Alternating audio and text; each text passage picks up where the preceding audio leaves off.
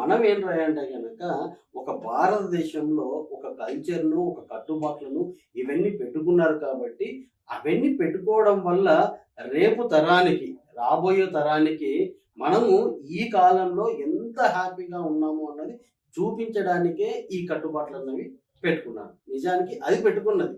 అంటే జనరల్‌గా మనం తీసుకున్నట్లయితే గనక పూర్వకాలంలో మన తల్లిదండ్రులు గావచ్చు, వాళ్ళ తల్లిదండ్రులు గావచ్చు, వాళ్ళ తల్లిదండ్రులు గావచ్చు ఇవేమి లేవు.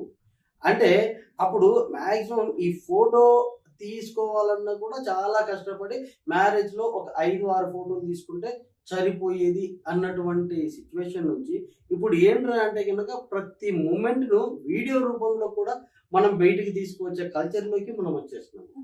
అంటే ప్రతిదీ కూడా మనకి అందుబాటులోకి వచ్చేస్తాంది. టెక్నికల్లీ ఏదైనా అందుబాటులోకి రావచ్చు. కానీ మనకు మన ఎమోషన్ అన్నది ఇక్కడ వెరీ వెరీ